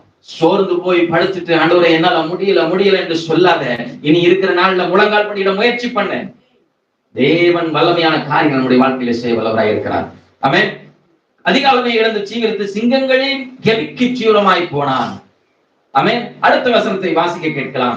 ராஜா செவியும் சத்தமாய் தானியேலை கூப்பிட்டு, தானியேலே, ஜீவனுள்ள தேவனுடைய தாசனே, இடைவிடாமல் ஆராதிக்கிற உன் தேவனுடைய சிங்கங்களுக்கு தப்புவிக்க வல்லவராய் இருந்தாரா என்று தானியேலை கேட்டான். ஆமா, இப்ப இந்த துயர சத்தத்துக்கு தான் எஸ்எல் எப்படி படிச்சானா, சோர்ந்து போய் துயர சத்தத்தோடு படிக்கல. அப்ப தானியேலை கேட்ட ராஜாவுடைய சத்தம் எப்படி இருந்திருக்கும்? தானியேலே அப்படியா கேட்டிருப்பாரு. எவ்வளவு பெரிய அவருக்குள்ள ஒரு பயமும் இருந்துச்சு. நம்ம அவசரப்பட்டுட்டோமோ, உனக்கு விரோதமாய் ஒரு மனுஷன் கை எடுத்துட்டு இருக்கிறான் என்று சொன்னால் ராத்திரியில அவனுக்கு தூக்கம் இல்லாமல் போகும். கர்த்தரும் பட்சத்தில் வந்து நிற்க வைப்பார். ஆமென். கர்த்தர் அப்படி செய்ய வல்லவர். நாம் ஒழுங்கா செபிச்சா போதும். நமக்கு விரோதமாக எழுப்பினவர்கள் நம் பட்சத்திலே வந்து என்னை மன்னிச்சிருப்பாங்க, நான் உனக்கு தெரியாம செஞ்சுட்டேன் என்று கேட்கும்படியா கர்த்தர் அதிகாலமே செய்ய வல்லவராய் இருக்கிறார். ஆமென். ஒண்ணு மட்டும் செஞ்சா போதும், இடைவிடாமல் தேவனை ஆராதிக்கணும், இடைவிடாமல் தேவனை மகிமைப்படுத்தி அவருக்கு மகிமை செலுத்திக் கொண்டே இருக்கும் என்று சொன்னால் தேவன் மௌனமாகவே இருக்க மாட்டார். எப்பொழுதுமே அவர் நம்மேல் நோக்கமாக இருப்பார். ஆமென். ஒரு ஒரு பிள்ளை அப்பாவோட இல்ல அம்மாவோட ரொம்ப அட்டாச்மெண்டா இருக்குன்னு சொன்னா, அந்த பிள்ளைக்கு ஏதாவது ஒரு இன்சிடென்ட் உடனே தெரியும் இல்லையா? வெகு தூரமாய் போய்விட்டான்னு சொன்னாதான் தெரியும். தேவனும் அப்படிப்பட்டவர் தான். தேவனோடு நம்ம ஐக்கியப்பட்டுக்கிட்டே இருக்கிறோம்னு சொன்னா உடனே பதில் வந்து சேரும். நமக்கு எதிராய் நிற்கிறவர்களுக்கு நித்திரை இல்லாமல் ஆக்கி கர்த்தர் நம் பட்சத்துல வந்து நிற்க உதவி செய்வார். அவனுக்கு ஒரு பயத்துல வந்து ராஜா கேட்கிறாரு, துயர சத்தமா என்ன கேட்கிறாருன்னு சொன்னா, தானியேலே, ஜீவனுள்ள தேவனுடைய தாசனே. நல்லா தெரியும் ராஜாவுக்கு, தானியேல் ஆராதிக்கிற தேவன் ஜீவன் உள்ளவர். நம்மை சுற்றி இருக்கிறது தெரியும், இவங்க ஆராதிக்கிற தேவன் ஜீவன் உள்ளவர். அந்த எண்ணத்தோடு நம்மிடத்துல வர செய்வார். தேவனுடைய தாசனே, நீ இடைவிடாமல் ஆராதிக்கிற தேவன் உன்னை சிங்கங்களுக்கு தப்புவிக்க வல்லவராய் இருந்தாரா என்று தானியேலை கேட்டான். ஆமென். ஆனா ஒரு விசுவாசம் இந்த இடத்துல இருக்கு. என்ன இருக்கு? என்ன இருக்கு? எங்க வந்து கேக்குறாரு? உள்ள போட்டுட்டு அத்தனை சிங்கங்கள் மத்தியில வந்து கேக்குறாரு. உயிர் இருக்கிற மனுஷன் பேசுற மாதிரி ஒரு விசுவாசம். கர்த்தர் நித்திரையை கலைச்சாருன்னு சொன்ன விசுவாசத்தோடு எவனையாக ஓடி வர வைப்பார். நம்ம ஒரு மனுஷனோட நித்திரையை கலைச்சு அமிச்சா அப்படிதான் இருக்கும். நம்ம செத்து போன சூழல்ல மற்றவங்களுக்கு தெரியும். ஆனா யார் அதற்கு விரோதமா எழுமணும் அவன் ஓடி வருவான். இல்ல, ஜீவன் உள்ள தேவனை ஆராய்ச்சி இருக்கிறான், கண்டிப்பா அவனை விடுவிக்க அவர் வல்லவராய் இருந்திருப்பார் என்ற விசுவாசத்தோடு ஓடி வர செய்வார். ஆமென். அடுத்து 21வது வசனத்தையும் 22வது வசனத்தையும் வாசிக்க கேட்கலாமே. அப்பொழுது தானியேல், ராஜாவே, என்றும் வாழ்க, சிங்கங்கள் என்னை சேதப்படுத்தாதபடிக்கு தேவன் தம்முடைய தூதனை அனுப்பி அவைகளின் வாயை கட்டி போட்டார். அதேனென்றால் அவருக்கு முன்பாக நான் குற்றமற்றவனாய் காணப்பட்டேன். முதலாவது தேவனுக்கு முன்பாக குற்றமற்றவனாய் காணப்பட்டேன், ராஜாவாகிய உமக்கு முன்பாகவும் நான் நீதிகேடு செய்ததில்லை என்றான். அப்பொழுது ராஜா தன்னில் மிகவும் சந்தோஷப்பட்டு தானியேலை கெபியிலிருந்து தூக்கிவிட சொன்னான். அப்படியே தானியேல் கெபியிலிருந்து தூக்கிவிடப்பட்டான். அவன் தன் தேவன் பேரில் விசுவாசித்தபடியால் அவனில் ஒரு சேதமும் காணப்படவில்லை. விசுவாசித்து இருந்தபடியால் அவனில் ஒரு சேதமும் காணப்படவில்லை. அவன் தேவனிலே விசுவாசித்து இருந்தபடியால். நம்முடைய விசுவாசம் எங்க இருக்கு? என் ஃப்ரெண்டு என்னை காப்பாத்துவான், இல்லைன்னா என் ரிலேஷன் என்னை காப்பாத்துவார்கள். ஒருத்தரும் பக்கத்தில் நிற்க முடியாது. தேவன் உனக்கு ஒரு காரியத்தை சொல்லி செய்ய திட்டம் வைத்திருந்தார் சொன்னா யாரை கொண்டும் அதை செய்ய அலோ பண்ணவே மாட்டார். ஆமென். கர்த்தர் சொன்னார்னா அவர் தான் செய்வார். இந்த இடத்துல பார்க்கும்போது தேவனை அவன் விசுவாசித்து இருந்தபடியால் அவனில் ஒரு சேதமும் காணப்படவில்லை. ஆமென். கீழே போட்டா விழுந்தா அடிபட்டிருக்கும். சிங்கங்களின் கெபிகளை குறித்த ஒரு ஒரு வரைபடத்தை நான் பார்த்த போதுதான் அதனுடைய காரியங்கள் நன்றாய் விளங்கிக் கொள்ள முடிந்தது. ஆழம் இருக்கும், ஏன்னா சிங்கம் பாஞ்சு வெளியே வரக்கூடாது என்று சொல்லி. ஒரு கெபி என்று சொல்லும் போது ஒரு ஒரு பாதாள அறை போன்ற ஒரு இடம், அதற்குள்ள மேல இருந்து கீழே போடுறாங்க. ஆமே. உள்ள போடும் போது மேல இருந்து ஸ்லோவா வந்தா இறக்கி விட்டுருப்பாங்க, கைத்துல இறக்கி விட்டுருப்பாங்க. தூக்கி போட்டார்கள் தான் இருக்கு. போட்டா என்ன இருக்கும்? சேதமாயிருக்குமா இருக்காங்க. தாங்கி பிடிக்க தேவ தூதர்கள் முன்பதாகவே உள்ள சென்றாயிடுச்சுல. உள்ள ஏற்கனவே தேவ தூதர்கள் போயாச்சு. உள்ள ஏற்கனவே தேவ தூதர் உள்ள இருக்கிறாங்களே, அவர் ஒரு சேதமும் அணுகாதபடிக்கு அப்பவே பாதுகாத்துட்டாங்க. ஆமே. அதனாலதான் தைரியமா சொல்ல முடியுது தானியேலுக்கு, நீங்க நான் ஆராதிக்க தேவன் என்னை தப்பு வைக்க வல்லவரா இருந்தார், எனக்கு ஒரு சேதமும் காணப்படவில்லை. ஆமே. நான் எல்லாருக்கும் உண்மையா இருந்தேன். நம்ம நிறைய பேருக்குள்ள கேள்வியை தான், நான் உண்மையா தானே செயல்பட்டேன், நான் உண்மையா தானே இருந்தேன், எனக்கு ஏன் இப்படிப்பட்ட சிங்க கெபி என்னை தூக்கி ஏன் இந்த கெபிக்குள்ளே போட்டார்கள்? நான் ஏன் இந்த கெபிக்குள் வந்தேன்? ஏன் இந்த கெபிக்குள்ளே விழுந்து கிடக்கிறேன்? கர்த்தர் சாட்சி உண்டு பண்ணும்படியாகவே இந்த கெபிக்குள் கர்த்தர் அனுமதித்திருக்கிறார். ஆமென். கையெழுத்தை கர்த்தர் சீர் உழைக்க வேண்டும் என்று சொன்னால், குலைத்து போட வேண்டும் என்று சொன்னால் கர்த்தர் அதை அனுமதிப்பார். ஆமென். ஆனால் நீ இடைவிடாமல் ஆராதிக்கிற தேவன் உன்னை தப்புவிக்க வல்லவராய் இருக்கிறார். இது சாட்சி உண்டு பண்ணும்படியாக நடக்கிற காரியம். ஆமென். கர்த்தர் என்றுமே அப்படியே கைவிட்டு விடுறதில்லை. நீ அந்த சூழ்நிலைகளுக்கு போகிறதுக்கு முன்பதாகவே உனக்காய் ஆயத்தப்படுத்தப்பட்ட தூதர்கள் அதற்குள்ளதாக இருப்பார்கள். சிங்கங்களுடைய வாய்களை கட்டுவார்கள். நீ கீழே விழும்போது உன்னை தாங்கி பிடித்து தூக்கி நிறுத்துவார்கள். ஒரு சேதம் உன்னிலே காணப்படவே படாது. ஆமென். கர்த்தர் அப்படியே நடத்த வல்லவராய் இருக்கிறார். ஒருவேளை பார்க்கும்போது மேல இருந்து போட்டாங்க அடிபட்டு இருக்கும், சிங்கங்கள் சீரழிச்சு நாசம் பண்ணி இருக்கும் என்று, இல்லை கிழித்து போட்டிருக்கும் என்று சொல்லி வெளியிருக்கிறவர்கள் நினைத்தாலும் தேவனை ஆராதிக்கிற நமக்குள் ஒரு விசுவாசம் உண்டு. உண்மையும் உத்தமமாய் நாம் அவரை தேடினோம் என்று சொன்னால், தேவனுக்கு முன்பதாகவும் இந்த உலகத்திலும் உண்மையும் உத்தமமாய் உள்ளவர்களாய் வாழ்ந்தோம் என்று சொன்னால், சிங்கங்களோ வேறு எந்த கிரியைகளும் நம்மை சேதப்படுத்தாதபடிக்கு நமக்காய் ஆயத்தம் பண்ணப்பட்ட தேவ தூதர்கள் முன்பதாகவே உள் சென்றிருப்பார்கள். தேவன் எல்லாவற்றையும் முன் ஆயத்தப்படுத்தி வைத்திருப்பார். பிரச்சனைக்குள் நாம் செல்லும் போது அதை தாங்கி தப்புவிக்கும்படியாக கர்த்தர் முன்னமே ஆயத்தப்படுத்தி இருப்பார். ஆமென். அப்படியே விடுகிறவர் அல்ல. ஒரு சோதனையை கர்த்தர் அனுமதிக்கிறார் என்று சொன்னால் அதுக்கு தப்பி பிழைக்கும்படியான வழியையும் கர்த்தர் ஆயத்தப்படுத்தி இருக்கிறார். ஆமென். அவர் சும்மா கொண்டு வந்து ஒரு காரியத்துல நியமிக்கவில்லை. ஒரு சும்மா கொண்டு ஒரு சிங்கங்களின் கெபிக்குள்ள கொண்டு வந்து விட மாட்டார். ஆமென்.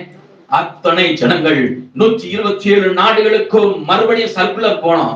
மறுபடியும் கையெழுத்து போட்டு முத்திரையிடப்பட்ட ஒரு கையெழுத்தை போட்டு ராஜா அனுப்ப வேண்டும் என்று சொன்னால் பிராக்டிக்கலாய் அந்த காரியம் நடைபெற்றிருக்க வேண்டும். கர்த்தர் என்னை கொண்டு இந்த இடத்திலே வைத்து இப்படிப்பட்ட சிங்கங்களின் கெபிகளுக்குள் வைத்து என்னை நடத்துகிறார். இந்த பிரச்சனைகளின் மத்தியிலே என்னை வைத்து கர்த்தர் நடத்துகிறார். காரணம் என்னவென்று எனக்கு தெரியவில்லை என்று கேட்கிறாய் இல்ல. கர்த்தர் சொல்லுகிற ஒரு காரியம், உன்னை குறித்து தேசங்கள் அறியும்படியாய் இந்த பகுதி என்கிற சிங்கங்களுக்கு மத்தியிலே கர்த்தர் வைத்திருக்கிறார். ஆமென். கர்த்தருக்கு ஒரு காரணம் உண்டு. சும்மா கொண்டு வந்து ஒரு மனுஷன் ஒரு இடத்துல வைக்கிறதில்ல. கர்த்தருக்கு ஒரு காரணம் உண்டு. தேசங்கள் அறியும்படியாய் செய்யணும். அதுக்கு பிராக்டிக்கலா ஒரு காரியம் நடக்கணும். நான் நிந்தை அனுபவிக்க வேண்டியது அவசியம். நான் பாடுகளை அனுபவிக்க வேண்டியது அவசியம். நான் சிங்கங்களின் கெபிகளுக்குள் இருக்க வேண்டியது அவசியம். தூக்கி போட வேண்டியது அவசியம். போடுகிறவர்கள் வருவார்கள், சிங்கங்கள் இருக்கும். ஆனாலும் கர்த்தர் பாதுகாக்க வல்லவராய் இருக்கிறார். ஆமென். கர்த்தர் எல்லாவற்றையும் முன் ஆயத்தப்படுத்தி இருக்கிறார். ஏனென்றால் நம்மேல் கர்த்தர் தரிசனத்தை வைத்திருக்கிறார். எந்த கையெழுத்தையும் கர்த்தர் குலைத்து போட வல்லவராய் இருக்கிறார். ஆமென். 24வது வசனத்தை வாசிக்க கேட்கலாம். தானியேலின் மேல் குற்றம் சாட்டின மனுஷரோ வென்றால் ராஜா கொண்டு வர சொன்னான். அவர்களையும் அவர்கள் குமாரரையும் அவர்கள் மனைவிகளையும் சிங்கங்களின் கெபியிலே போட்டார்கள்.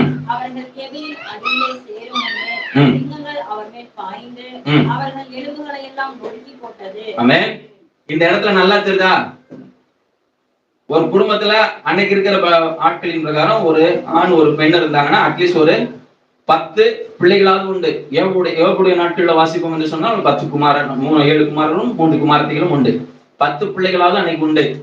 சரி, இப்போ மேல இருந்து கீழே வர்ற கேப்புக்குள்ள அடிச்சு காலி பண்ணோம்னா அந்த இடத்துல 12 சிங்கம் ஒரு குடும்பத்துக்கு இருக்கணும்.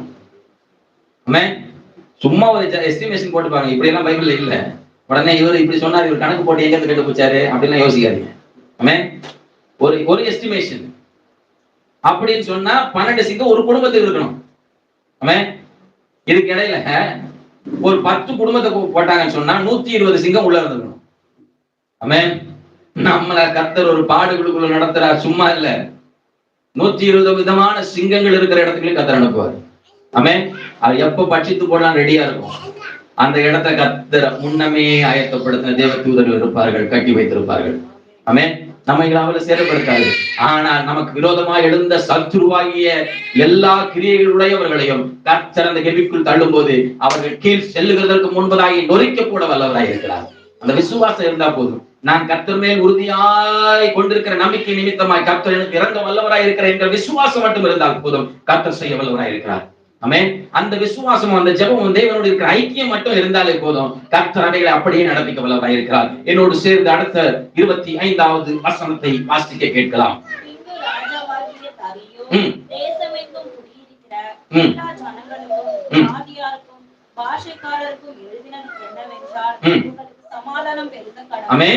இந்த இடத்துல நல்லா பாருங்க. ஆரம்பத்திலே நான் சொன்னேன், எல்லாருக்கும் சாட்சி உண்டு பண்ண வேண்டும் என்று சொன்னால் ராஜா எழுதக்கூடிய அளவுக்கு, ராஜாவுடைய நம்பிக்கைக்கு உரிய அளவிற்கு பிராக்டிக்கலா ஒரு காரியம் நடக்கணும். ராஜாவுடைய கண்கள் பார்க்க முடியாது. ராஜாவிடத்துல ஒரு காரியம் அந்த இடத்துல அந்த ஸ்தானத்துக்குள்ள நடக்கணும்னு சொன்னா அது பயங்கரமா இருக்கணும். சும்மா கேள்விப்படுகிற செய்தி எல்லாம் ராஜா எழுத மாட்டாரு. சும்மா கேள்விப்படுகிறதுக்கு எல்லாம் ராஜா எழுதியெல்லாம் அனுப்ப மாட்டாரு. அவன் சுற்றி இருந்த எல்லா ஜாதிகளுக்கும் கேட்கும்படியாய், அவர்கள் உணர்ந்து கொள்ளும்படியாய் எழுதணும் அப்படின்னு சொன்னா ராஜாவுடைய எழுத்து எப்படிப்பட்டதா இருக்கணும்? அனுபவித்து எழுதியிருக்கணும். கர்த்தர் நம்ம ஒரு சில சூழ்நிலைகள் கொண்டு போய் அனுபவிக்கிறாரு, அனுப்புறாரு. இதுக்குள்ள நீ இரு. காரணம் என்னன்னு சொன்னா உன்னுடைய நற்சாட்சியை தேசம் அறியும்படியாய் செய்வேன். அதற்காக தான் கர்த்தர் அந்த பாதையில நடத்துறார். உபத்திரவத்தின் பாதையில நம்மை நடத்துகிறார்.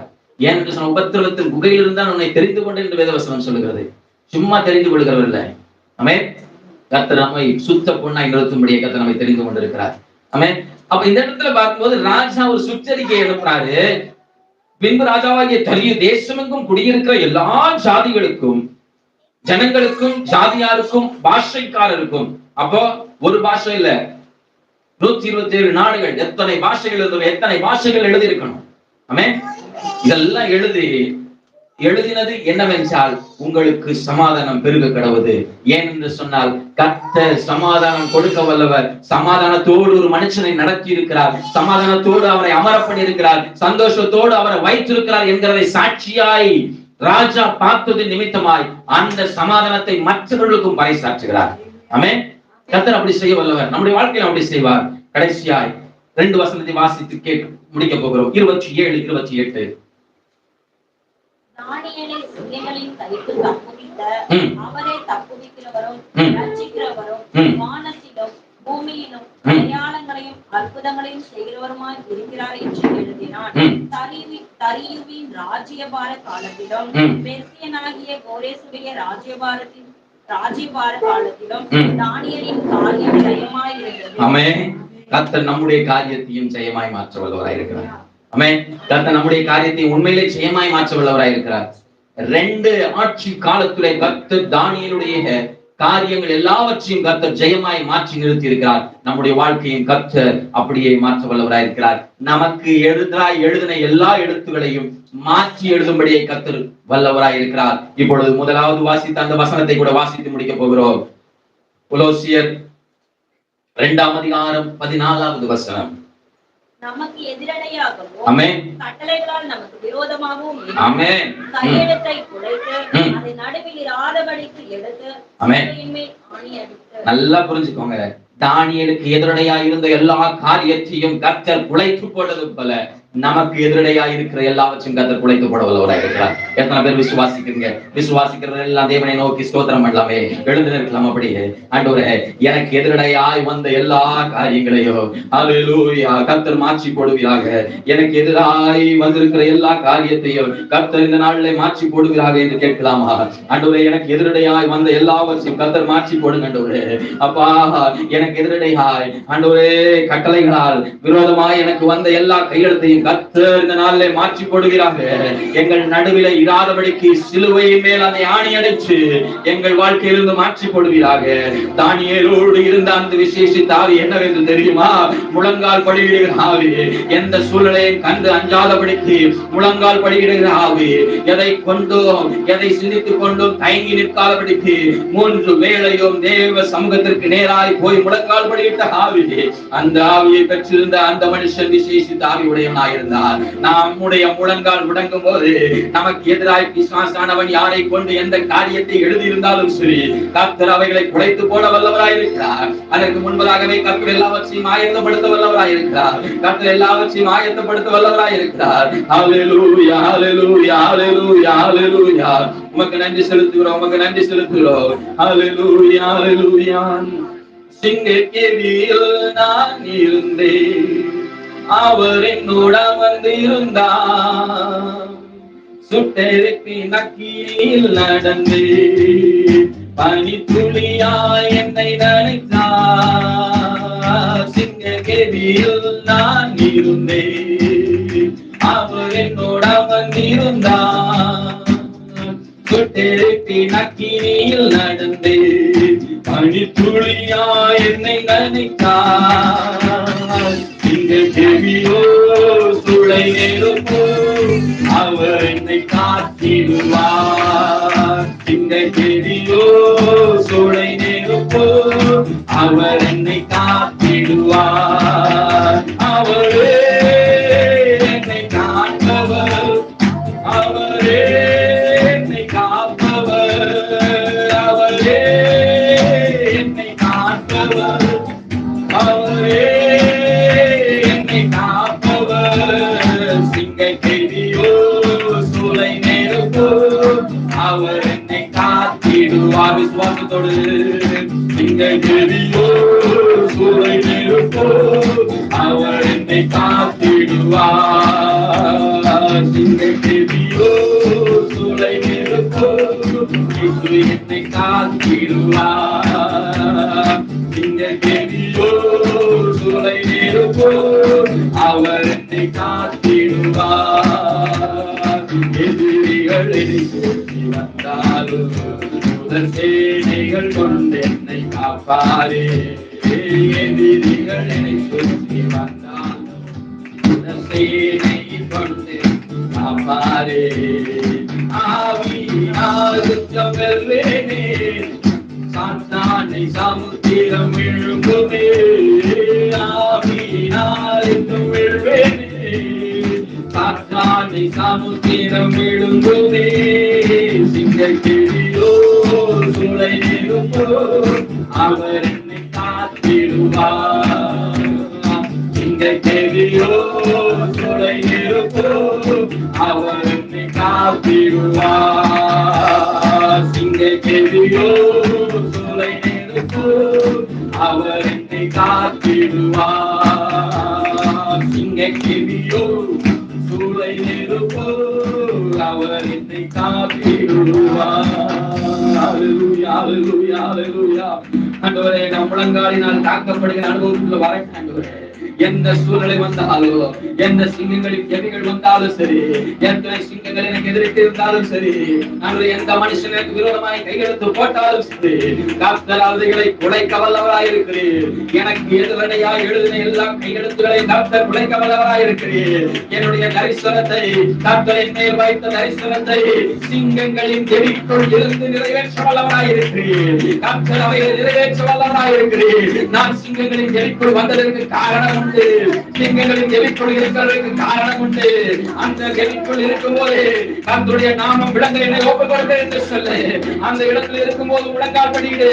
3 வேளையும் தானியம் செய்தது போல இடைவிடாமல் தேவனை மகிமைப்படுத்திக் கொண்டே இருந்து தேவனுடைய மகிமை காணும் வரையிலோ தொடர்ந்து போராடி கொண்டே இருந்தால் போலும் ராஜாவுடைய கையெழுத்து மாற்றி எழுத கர்த்தர் வல்லவராய் இருக்கிறார்.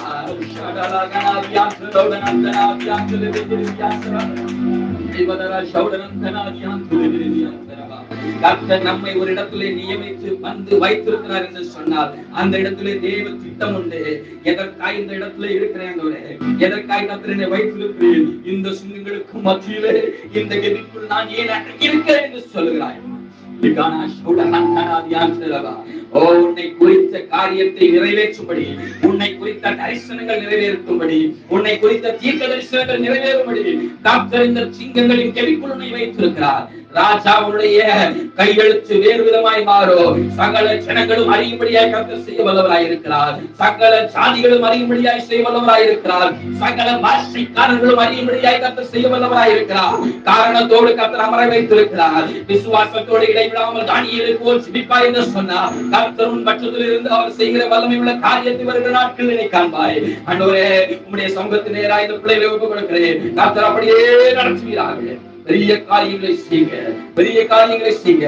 ஜெப ஆவி ஊற்றப்படட்டும், ஜெப ஆவி ஊற்றப்படட்டும்.